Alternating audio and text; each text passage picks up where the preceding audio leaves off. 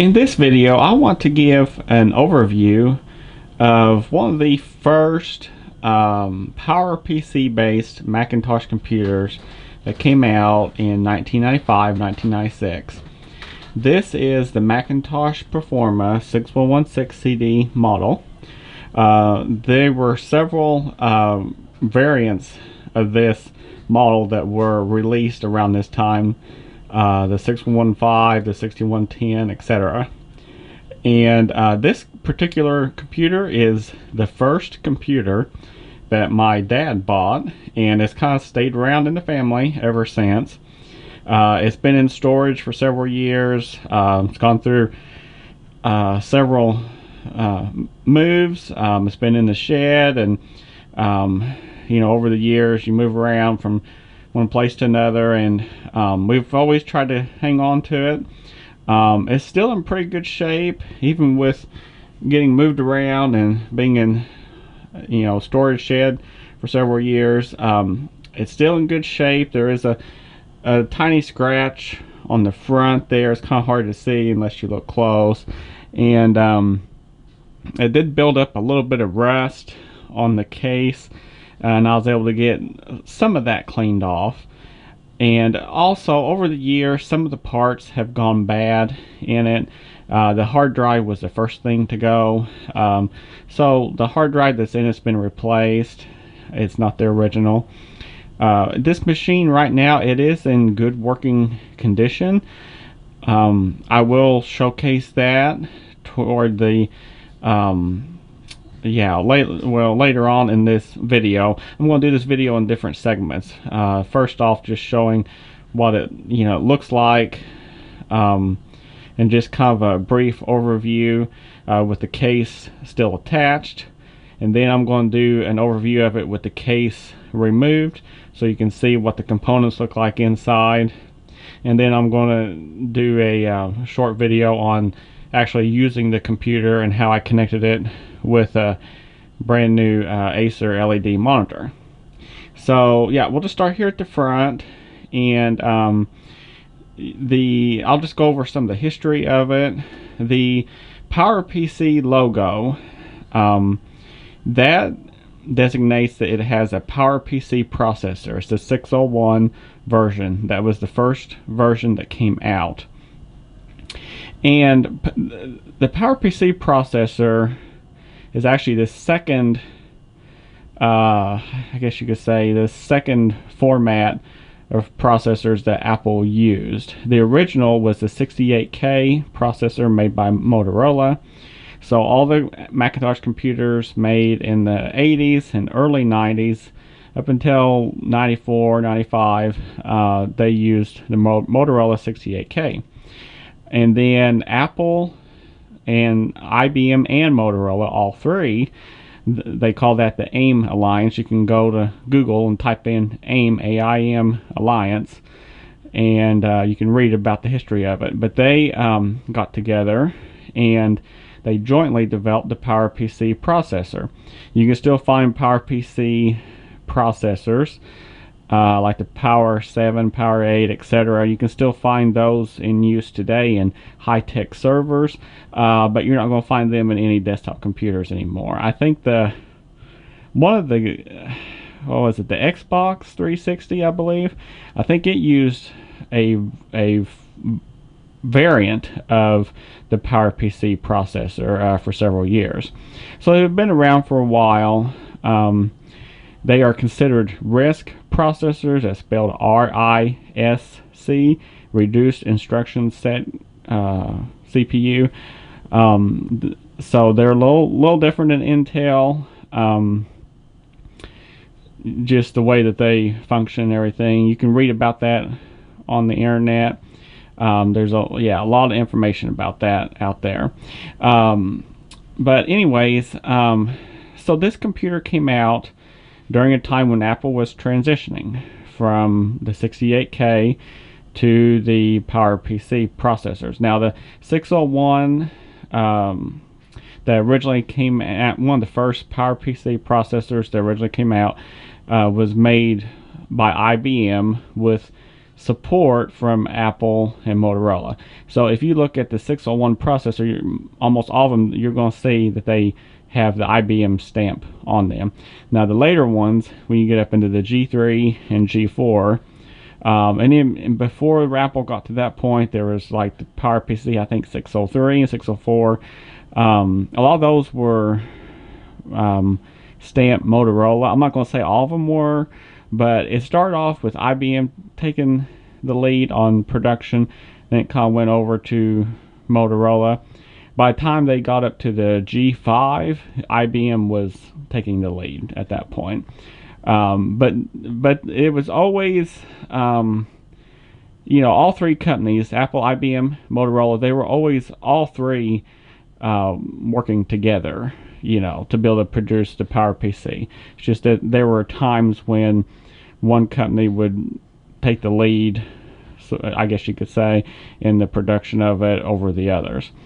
But anyway, with this machine, let me move around here. You can see the power button on the front. It's got a floppy drive right there. And on the back here, man, I'm going to rotate it so we get a little bit better light.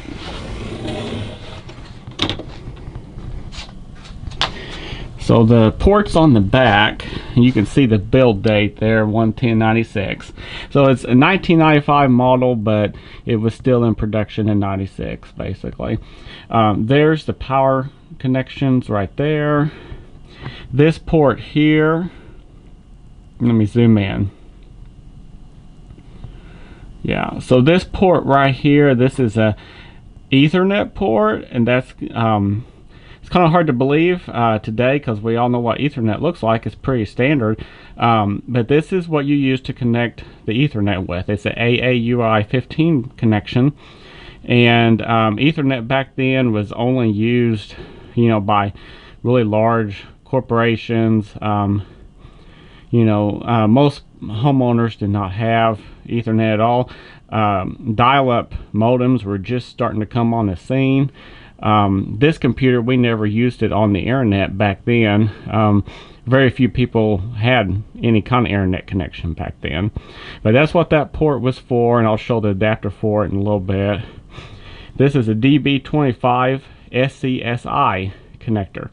Looks very similar to the parallel printer port on a PC, but it's different. This is the SCSI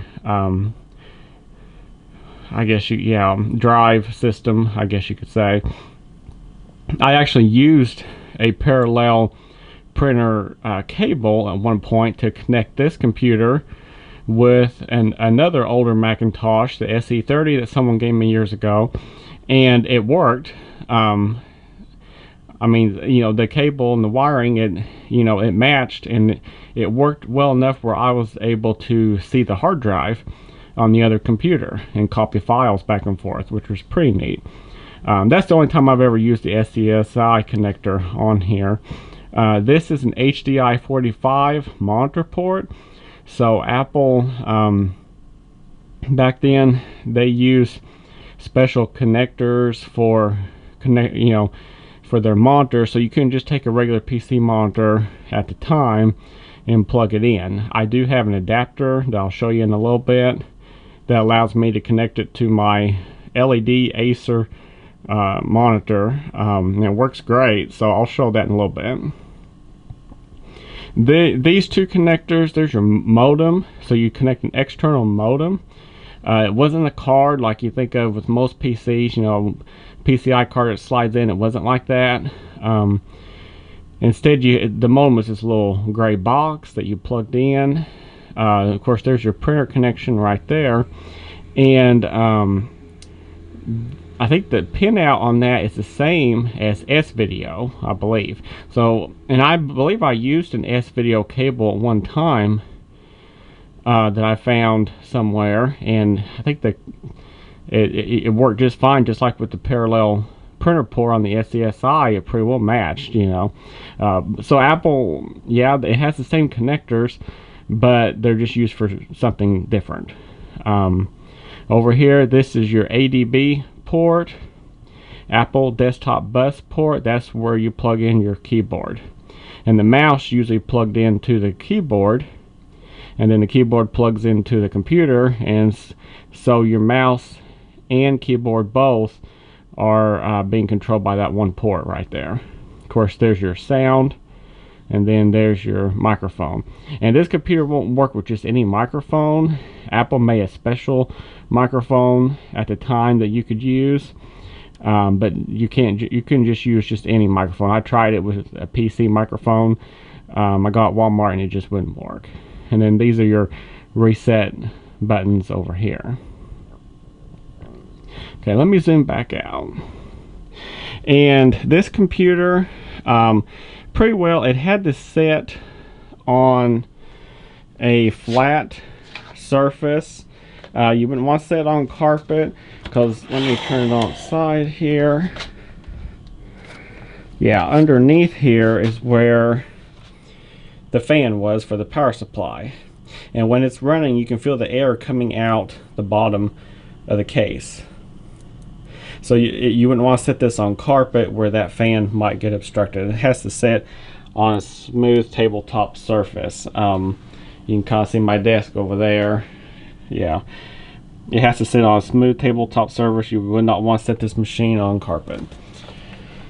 And then you can see some more information on the back here. Let me turn this over. I'm trying to do it with one hand. Let's see.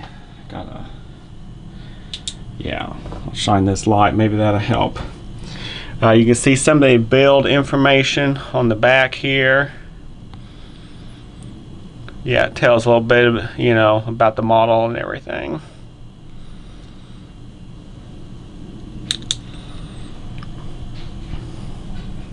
Yeah, so that's basically what it looks like. I'm going to take a short break, and in the next video clip I'm going to take the case off so you can see what the computer looks like, what the components look like on the inside of it.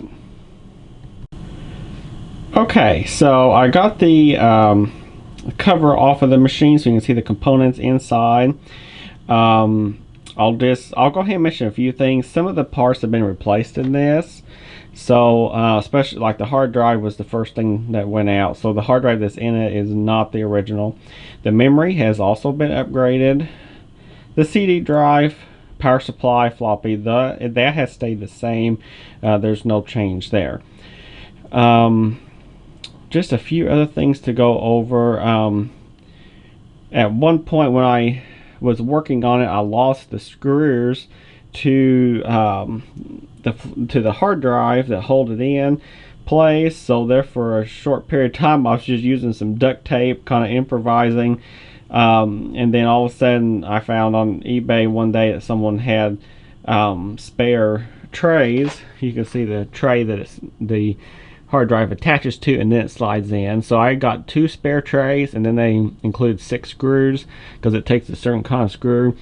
So I was able to fix that, but unfortunately some of that duct tape kind of wanted to stick on there. But anyways, you can still kind of make out a little bit, you know. This has a 1993 firmware date on it. This was one of the first CD drives that ever came out. Of course, it's got the floppy that was pretty standard on all computers back then. And the power supply is still the original. Haven't had any trouble with it. If it ever goes out, then yeah, I'll have to try to, you know, either find one on there or try to get it fixed somehow. But right now it's still going pretty good. And then if we look in here, you can see the SCSI cable. The connector on the logic board is right behind the DB25 external connector here. And let's see, yeah, it connected to the optical drive here, the CD drive. It's got standard Molex power connectors. Those are the same as what were used on most PCs and other Macintoshes up until probably the mid-late 2000s. It's got an audio connector there, and let's see, it's got some other jumpers. I've never changed any of those other jumpers. I just left them where they are. I think the SCSI ID on this, I think it's 3 for the optical drive. I'll have to, when I boot it up, I'll take another look, but I think it's 3. This is the PRAM battery. Now it's been replaced, I think, 3 times. So this helps keep track of the settings on the computer, the clock, and some of the startup settings. These batteries have a tendency to wear out after a while. These are half AA batteries, half AA batteries. They are 3.6 volts. You can't hardly find them anywhere. Kincaid's Radio Shack here in my hometown of Fairfield, they used to carry that. Then they quit carrying them. I think I've seen them at Hutch and Sons electronics store in Evansville, Indiana. I think they might carry it, but the last time I needed some, I just ordered like a batch of I think 4 or 5 off of eBay. I think it was, yeah, a seller on eBay had still has them, so I just ordered a big batch off of there. And because I had about, yeah, let's see, 1, 2, well, I had at least, yeah, 2 other computers that the battery had failed in, and so I just replaced them all at once. Over here, let's see, this is the Macintosh ROM card. So that's kind of like the BIOS basically on a PC. This here is where the PowerPC processor is. It's underneath this heatsink here. I'll zoom in a little bit so you can kind of see a little better. You can see it's soldered onto the board, so it's not socketed in, it's actually attached directly to the logic board, and then the heatsink sits on top of it. But if you could see the processor, if the heatsink wasn't on there, the top of them were blue. You had the die, the CPU die in the middle, and then the rest of the surface around it, it was blue. Most of them had an IBM logo on there, and it said PowerPC 601. This slot here, for the longest time I wasn't sure what this is, but I am not 100% certain, but I am fairly certain that this slot here that's not in use, let me zoom in, that is for extra, I think, level 2 cache for the processor. There for a while you could find extra cache on eBay, but I've been looking here lately and it's almost non-existent, or if somebody does have some, it's going pretty high. It's pretty expensive. This was over here, this slot was like a Nubis card riser. You could use this to put like a more high-powered video card in, because I can't remember off the top of my head. I think this computer only has like maybe 1 megabytes of video memory. It only supports up to like 832 by 6 something on the resolution. But you could add a video card here. It would come up, and then it would come up here. There'd be like a riser card. It's kind of hard to explain. If you're used to PCI cards, AGB cards, PCIe cards, and computers, it's kind of hard to explain. But there's like a riser card here, and then the video card attached in to it. Then there was like a metal bracket on top, and so you'd have to tear this port out. This cover is what I mean to say. This cover here would pop out, and then you'd plug your video into that. This computer doesn't have that, of course, obviously, but you did have that option back then if you wanted more high-powered video and you wanted higher resolutions, like up to 1024 by 768, anything higher than that. Some of these computers did have a DOS compatibility card in it. Now how that worked was you'd have your riser card, and then instead of using this space here for video card, instead you'd have a PC card, and the PC card would have a 486 processor on it, and it would have its own memory, and you could actually you could run Windows directly on the hardware of this computer.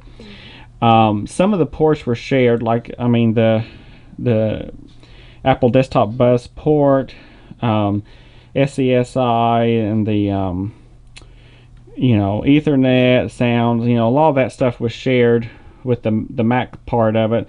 But you could use it pretty well like a PC. You could have Windows 3.1, or you could have DOS on there.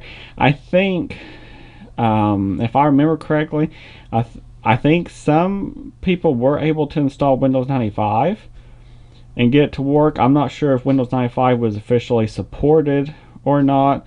But Windows 3.1, Windows 95, and even Windows 98 and ME, they basically ran on top of DOS. So you had to start, DOS was what was really running, and then Windows would run, within DOS basically.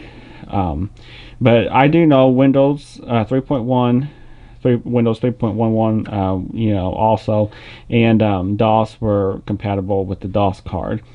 You can find those on eBay today, but a lot of times they're going for $300, $400, $500. I mean, that's a lot, in my opinion, to pay for, an antique card, a computer component. But if you really want to do that, and you didn't bother you to pay $300-$400, you could get a DOS compatibility card and put Windows 3.1 and DOS on there.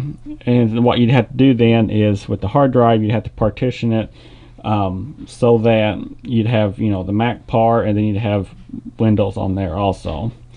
I don't think I'll probably ever get into that. I mean, if those cards were easy to come by and they only cost like $20-$30 here or there, yeah, I might attempt that, but I don't want to pay that much. Yeah, that's a lot of money to pay for, a 486 CPU, basically, so, yeah. Well, and we're at a point now, we're far enough out from the 90s now.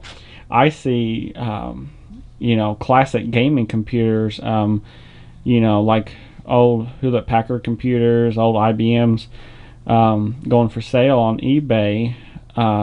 People want them to play, do retro gaming and play a lot of your 16-bit games.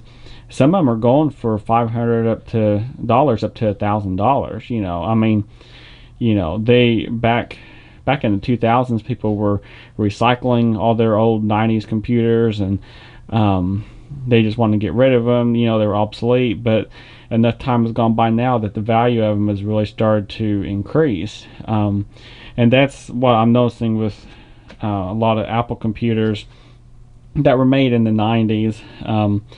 If you try to get one off eBay now, some of them, you're going to pay $300 or $400.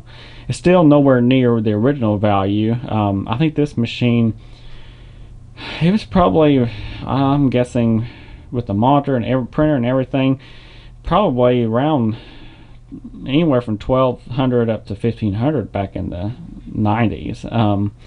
So still nowhere near that, but I mean, you could go out to Walmart today and buy a laptop, for $250, but it wouldn't be, it's not an antique, it's not a unique machine that from the 90s, so yeah. So if you have an old computer like this, I encourage you to try to hang on to it. You never know, one of these days it might be worth some money.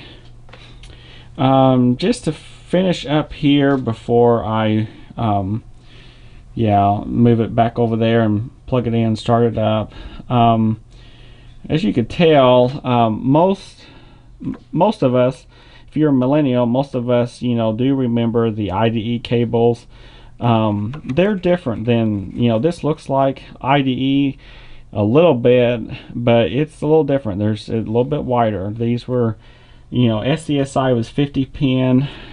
IDE, off the top of my head, I'm thinking maybe it was 42 pin, something like that. Now, I want to mention, you know, Apple used SCSI for a while in the mid 90s, but they did eventually move over to IDE. I have a Power Mac G4 that has IDE. I think I know the Power Mac G3 that was the blue one, the blue and white one, it had IDE, and I'm thinking the beige Power Macintosh G3 Tower that came out before it, I think it had IDE. There might have been some of the other models that also had that, but you know, this computer came out right before Steve Jobs returned to Apple, so they were doing a lot of proprietary stuff back then. I mean, Apple's always been big, you know, on proprietary, you know, stuff. You know, you can't just always take a PC, you know, part and put in there, you know.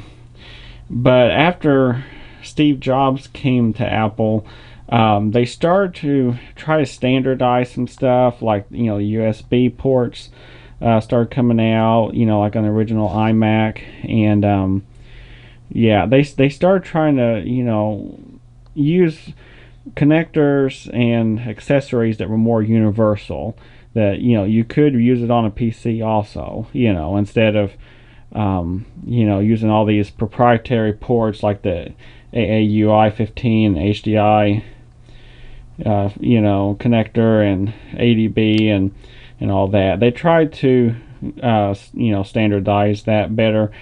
Probably, I'd say that started in 1997 and continued on into 1998. So anyways, this computer was, you know, right before that time period.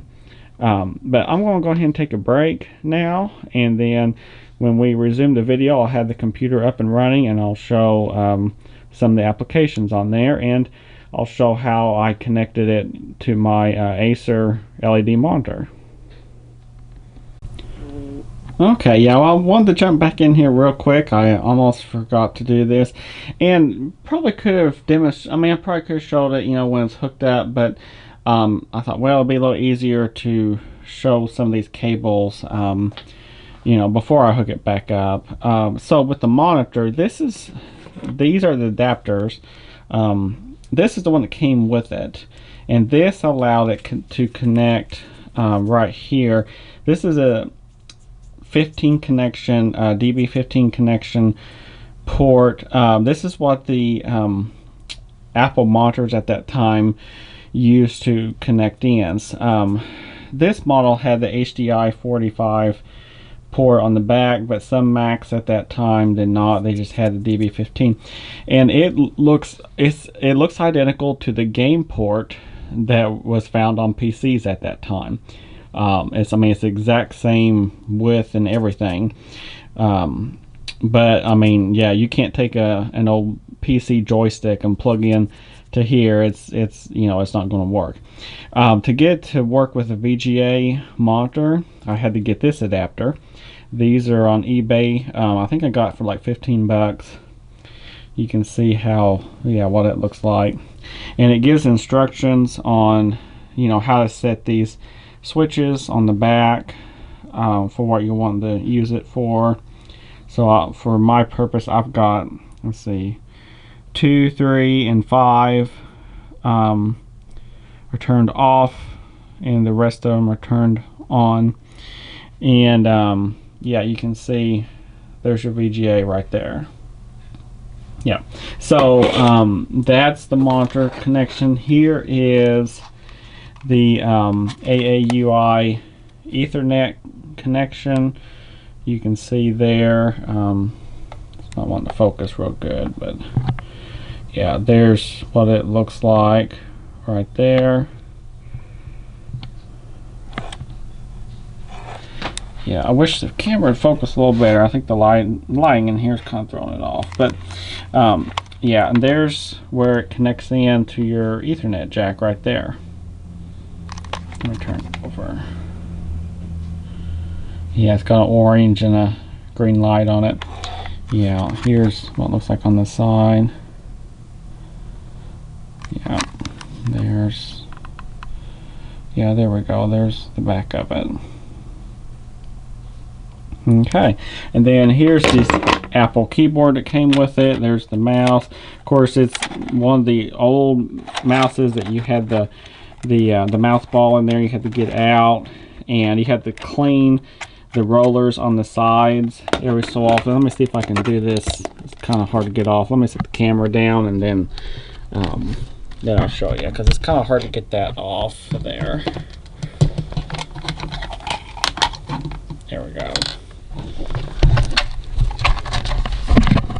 Okay, yeah, so you can see what it looks like on the inside. Most PC mice at the time look pretty similar, but those rollers, there's a black one right there, one there, and there's a white one there. You had to always be cleaning those because it would pick up debris and stuff, and then the mouse wouldn't roll real smooth like it should. Yeah, you can see it's the Apple Desktop Best Mouse version 2. Yeah, and then yeah, the ball sits in there. And here is the keyboard. The mouse plugs in right there on the back, and then this would plug in on the computer in the Apple Desktop Bus connection on the computer right there. Yeah.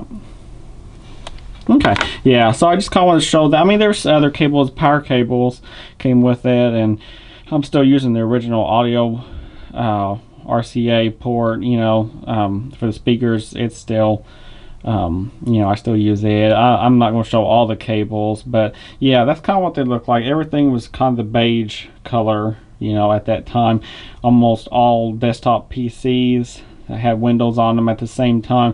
I mean, they all, you know, they all look the same, you know, they all had this beige color, you know. So anyways, yeah, I just want to show that real quick, and then I'll get the computer hooked back up and yeah, I'll show you some programs on there. Okay, in this video I'm going to start the computer up and just show you some of the programs and just some of the features that are available on it.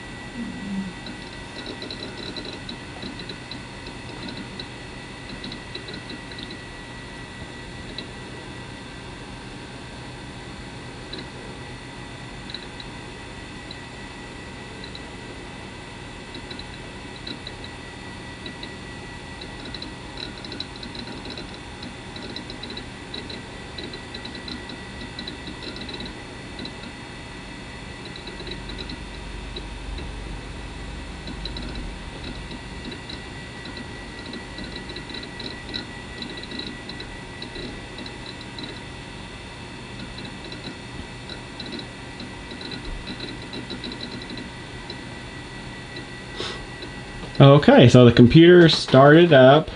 This computer has macOS 8.1 installed. We'll just start by clicking the Apple icon about this computer, And yeah, as you can see, it's got system 8.1.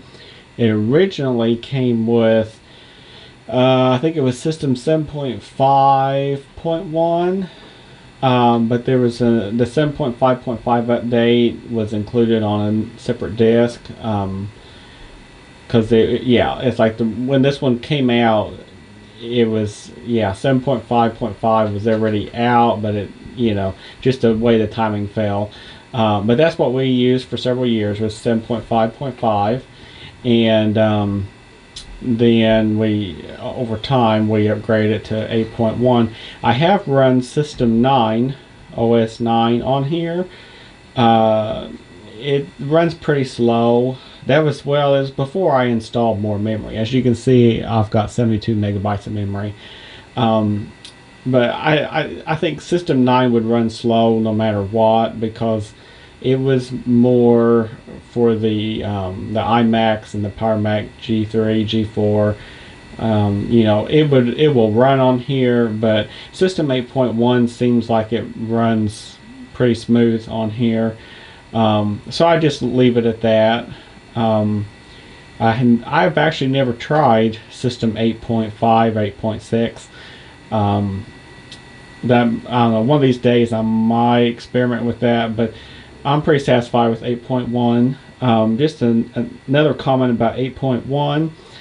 It was the last version of the Mac OS that could be run on either PowerPC based Macs or 68K Motorola based Macs. It could run on either one. After 8.1, when they came out with version 8.5, they dropped support for 68K Macs. It was just PowerPC only from that point on. Let's see. Okay, so we'll go ahead and exit out of that. Let's see, let me pull up the system profiler.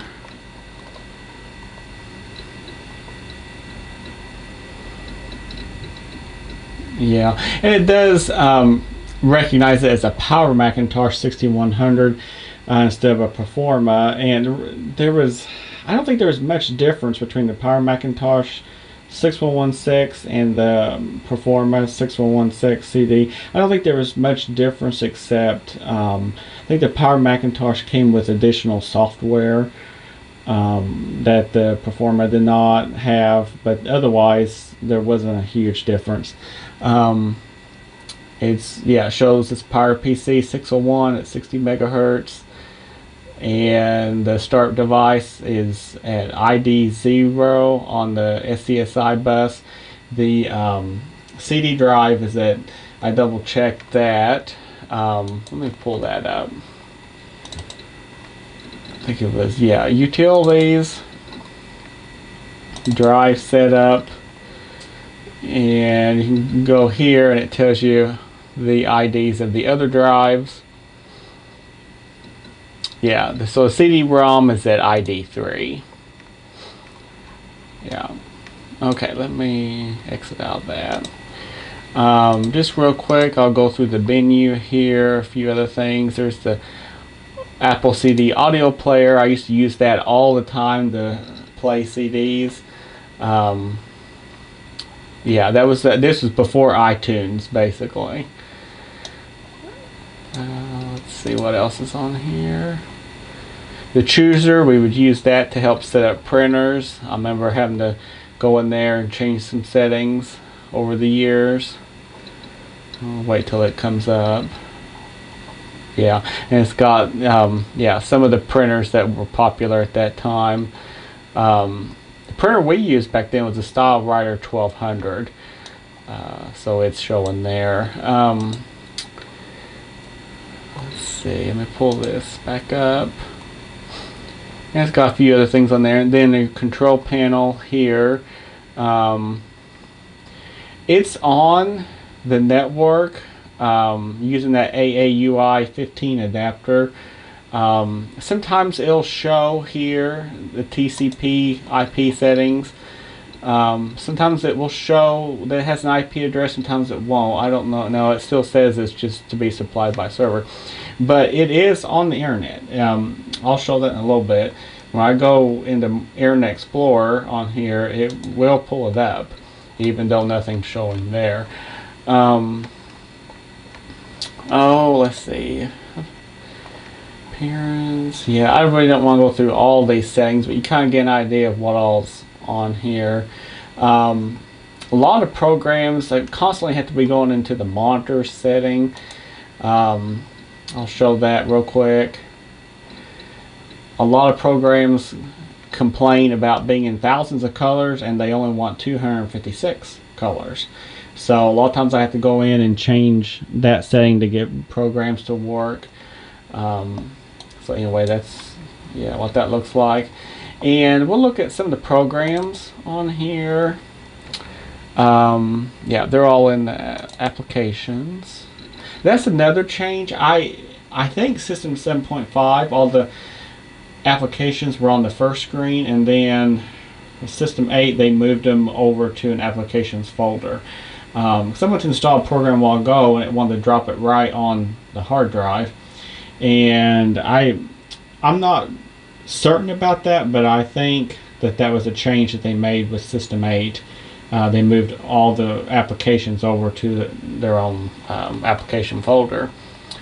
Let's see, let's go up to the top here. Yeah, so you can see I got quite a bit on here. Some of these games I've tried, like Age of Empires, I tried running it and it's very slow. It really wants, I think, like 120 megahertz PowerPC processor or faster. It will run, but it's just doesn't run very good. What else? Let's see, the dictionary. Yeah, we'll open that up. Sometimes they'll give me kind of an error message about certain font not being on there, but usually it goes ahead and works.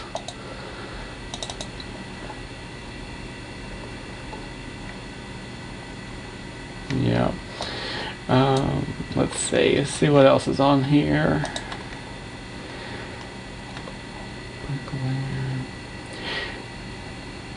Let's see, yeah, there's some arcade games. Yeah, I'll show a few of those in a little bit. Let's see, there's Bricklayer. That's a really old game. Let's see if I can get it to start. Yeah, so it's saying it wants to go back to, yeah, so I'm constantly having to go in and change that. I like the thousands of colors because the display just looks better, but I'm constantly having to go in and change it to 256. Let's try this again. There we go. 1994 copyright date. Macsoft, they made a lot of games for the Macintosh. Let's see, file, begin game. See if I can remember what. There we go.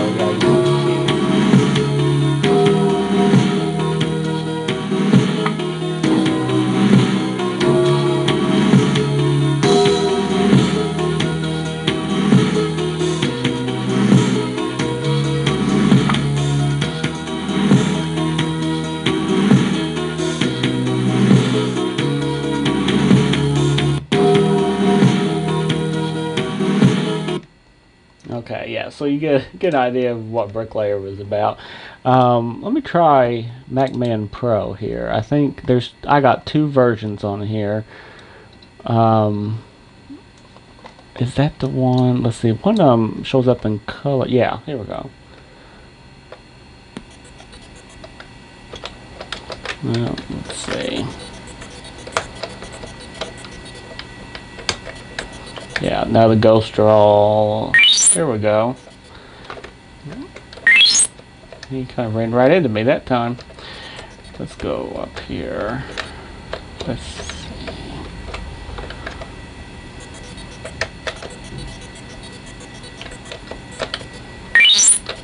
Yeah, so you kind of get an idea sort of how it runs. There we go. Wow, got several points. Okay, so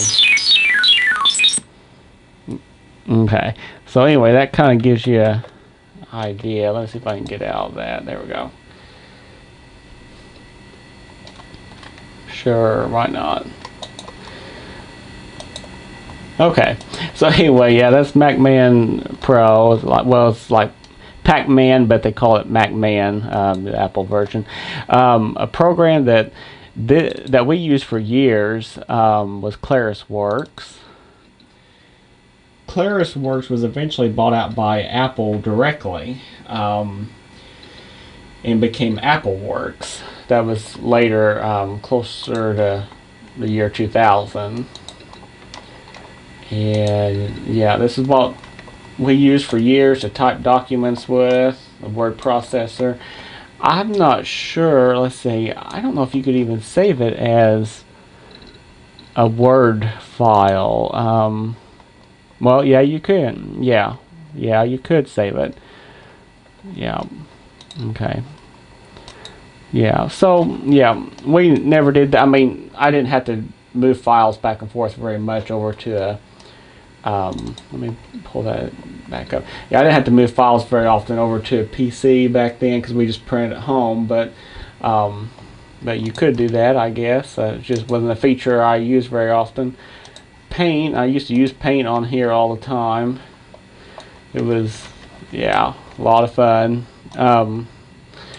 Let's see what else is on here. Then, yeah, we got Microsoft Encarta 98 Encyclopedia. I'm going to load that up. I think it's got some music that plays at the beginning. And you have to have the CD in the drive for it to run.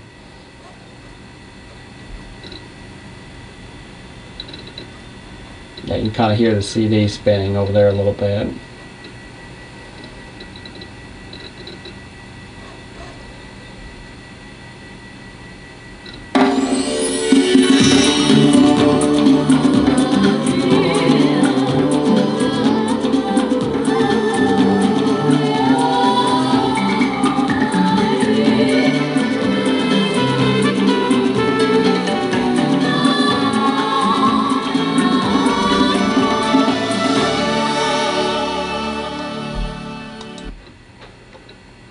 Okay, there we go. Takes a little while for it to pull up the menus up here. We'll give it a few minutes if we have to.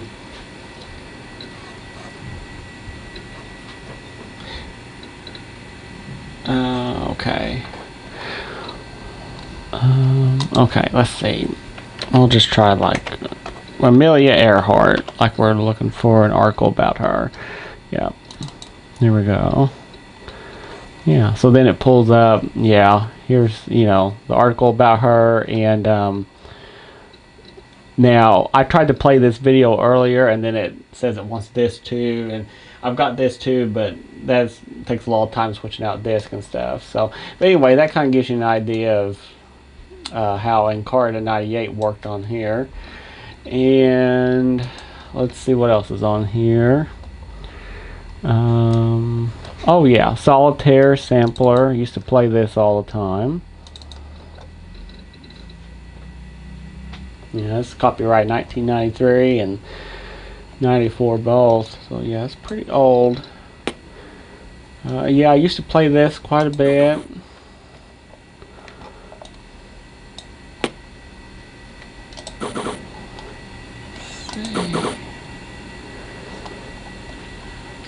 Yeah, move that over there. Yeah, there we go. Yeah, so yeah, it's a fun game, just basic solitaire. Let's see what else is on here. Oh yeah, here's Internet Explorer 5. Let me pull that up. And I know it said I didn't have a TCP/IP address, but usually I can still pull up the Macintosh Gardens website. It's about the only website I can pull up, because most websites nowadays, the security and encryption is, you know, standards are high enough. I can't even pull up like any news or anything on here. But I can't do that on my newer Macintoshes I have, the Power Mac G5 or even the Mac Pro 2006 model. I can't even pull it up because all that's changed so much in the last few years. Now, let's see. There we go. I'm trying to type at an angle here. It's kind of hard to do, and I got the lights off down here to have a little bit better picture. Let's see. Wonder. There we go. Yeah, I remembered it. That's great. Yeah. Okay, so we'll let load Macintosh Garden so you can kind of see how it looks on there.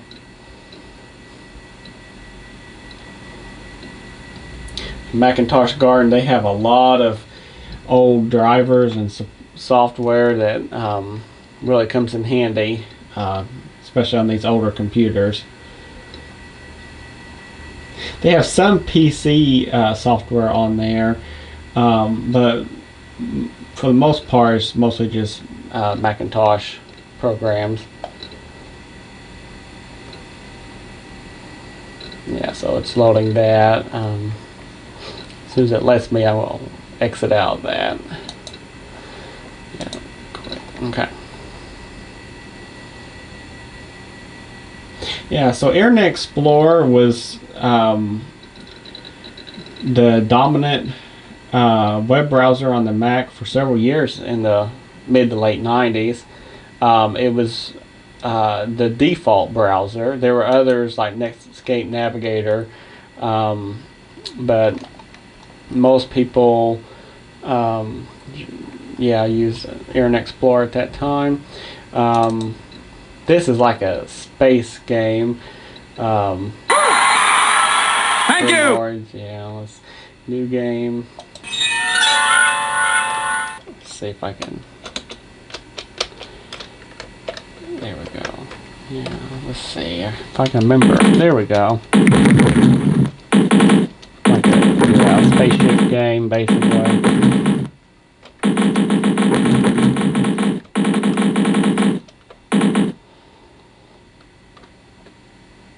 I was decent at this game, but a lot of times, oh yeah, those blue things come out. I wasn't real good at this game. I always, yeah. There we go. There we go. Blow that up. Let's see. Yeah, I get the spaceship going so fast that I couldn't hardly get it to stop.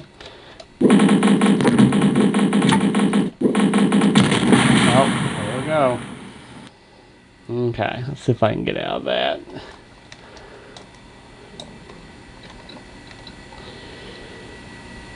Okay, so yeah, that's that game. And here's Microsoft Office 98. I didn't get a hold of this till later on, but yeah, if I'd had Office back then, that would have been really nice. It's just a lot of stuff you can do in Office that you can't do in these other programs. Let's expand that. It's similar to the PC version. There were some features that the Mac version had that the PC version did not have. Yeah, gosh, it's been quite a while since I've messed around with WordArt. Used to use that all the time.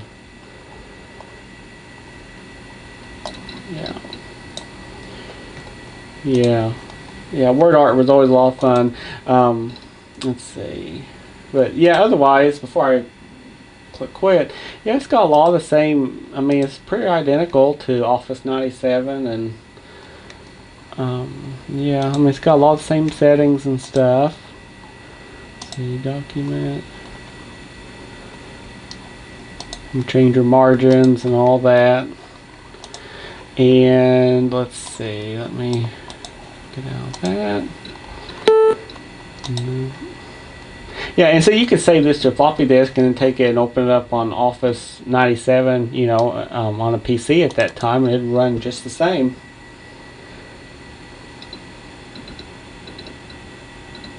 Here's Excel. You can do some charts and keep track of data. And yeah, pretty identical to the PC version at that time. And they also released PowerPoint. There was a Macintosh version of the PowerPoint. Let's see.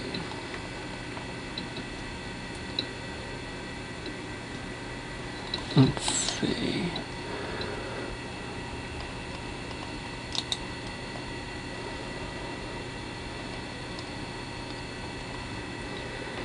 Okay, yeah, so it's trying to load that.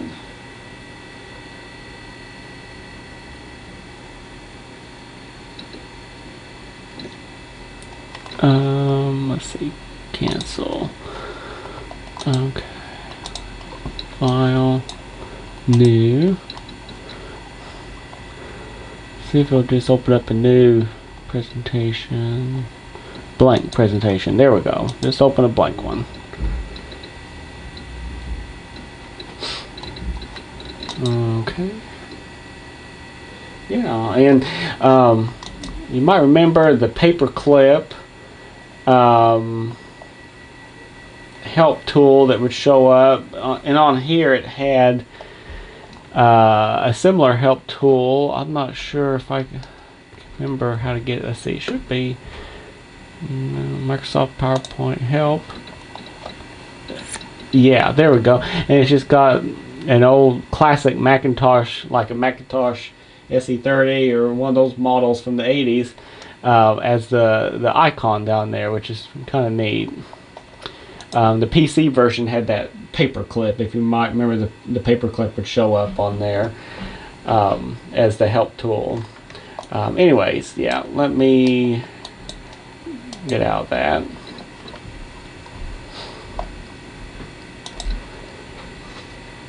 Yeah, notice PowerPoint, see, I think it runs a little slower on there than Excel or Word does, but still usable. Got Oregon Trail on there. Patriot Command. I'll show this real quick. Microsoft did come out with Windows Media Player for Mac, so you can run Windows Media files on here. Let's see, what version was that? Yeah, version 6.3. Okay.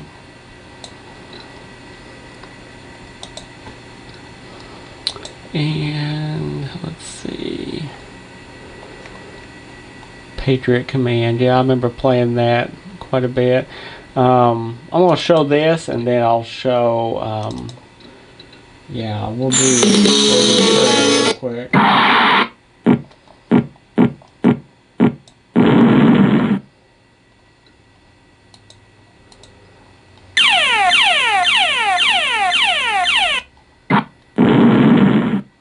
You have to try to stop these missiles coming in.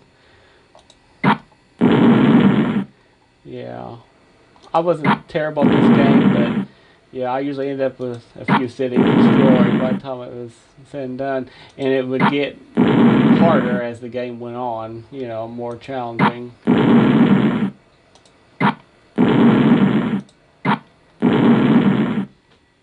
You try to get ahead there, but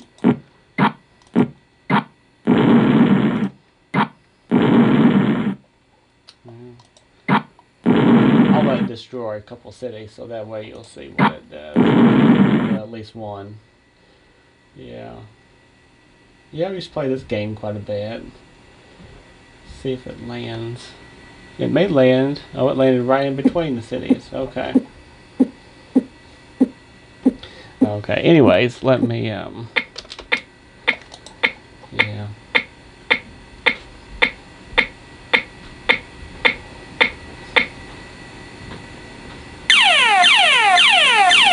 There we go. Okay. Game over, man! Game over!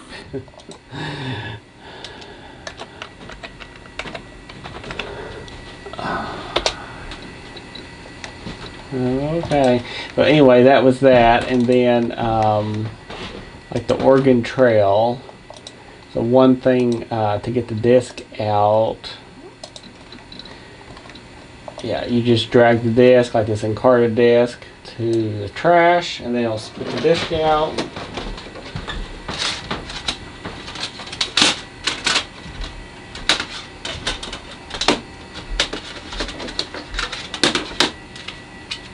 So Oregon Trail is a classic. I mean, if you grew up in the 80s and 90s, if you didn't play Oregon Trail, it'd be, you know, really hard, I would think, to find somebody who did not play Oregon Trail at least once, or maybe if not the original version, at least some version later on.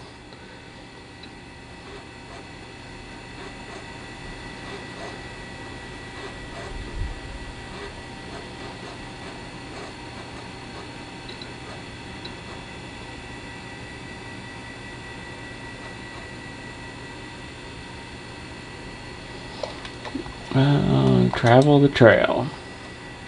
Welcome to the Oregon Trail.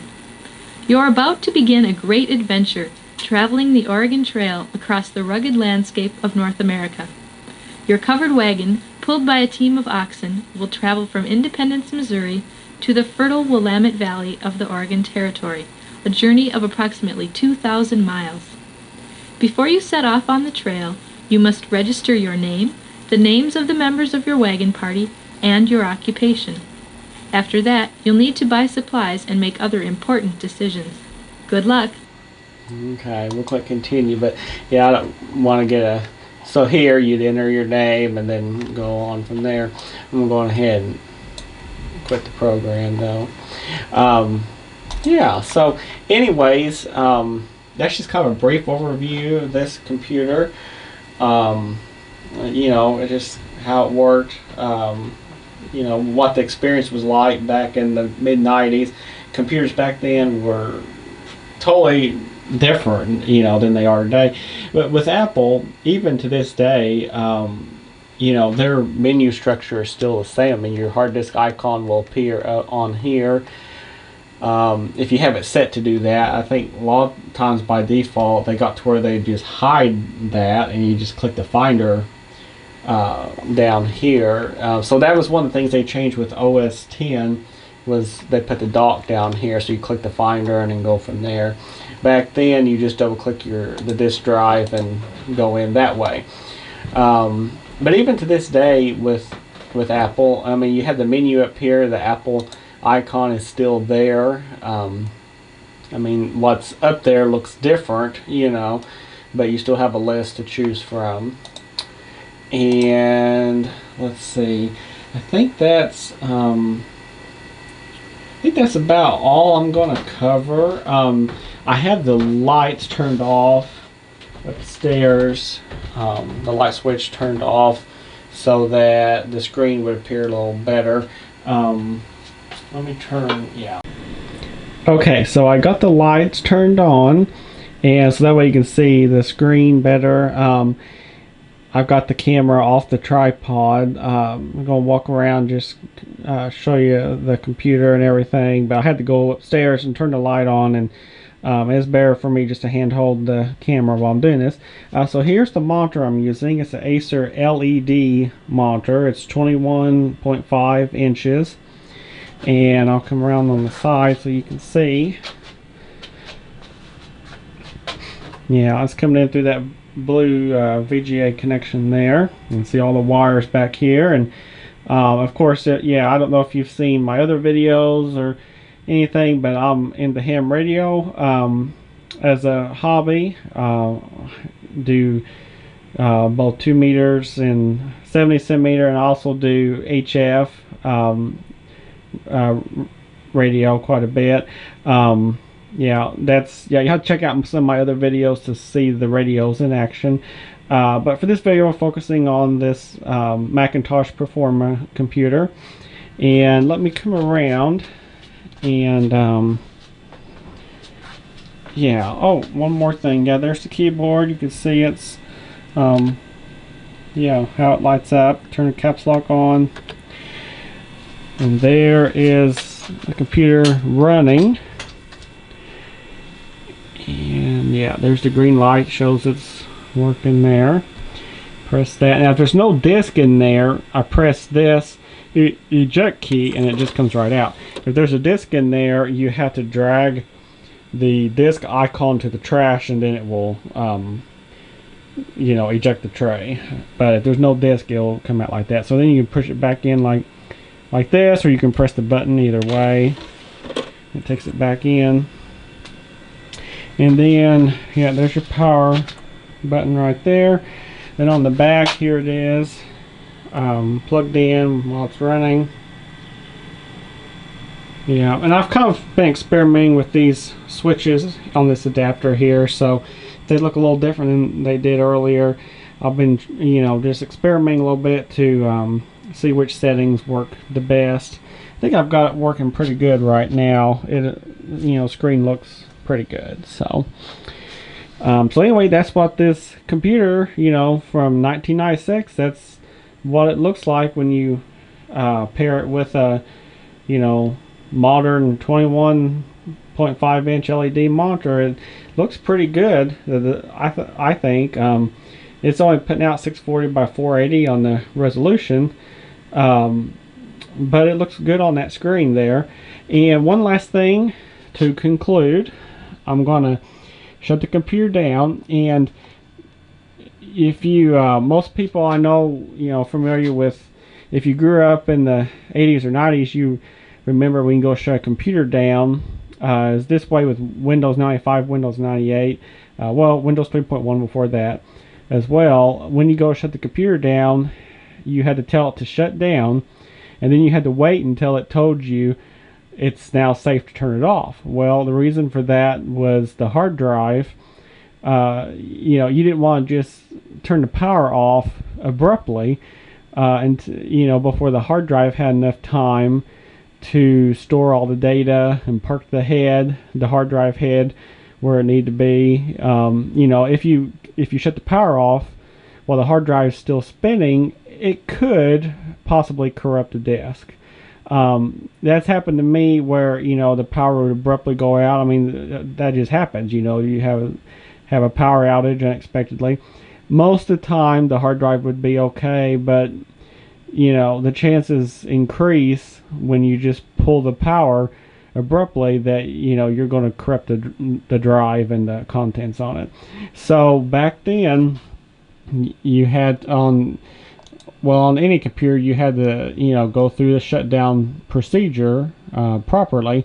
On here, you had to go to special and then shut down. And then you wait for this screen. It is now safe to turn off your Macintosh. Yeah, of course, newer computers, they're ACPI compliant. You don't have to go through all this. But back then, wasn't quite as sophisticated, so you had to wait till it told you before you shut it down. So anyways, yeah, I hope you enjoyed this, and yeah, you have to check out some of my other videos if you're interested in you know, train watching, model railroading, ham radio. Love going to different parks, you know, spend time outdoors, going to museums and stuff. Yeah, there's just a little bit of fun for everybody. So anyways, yeah, that'll be the conclusion of this video. Thank you for watching.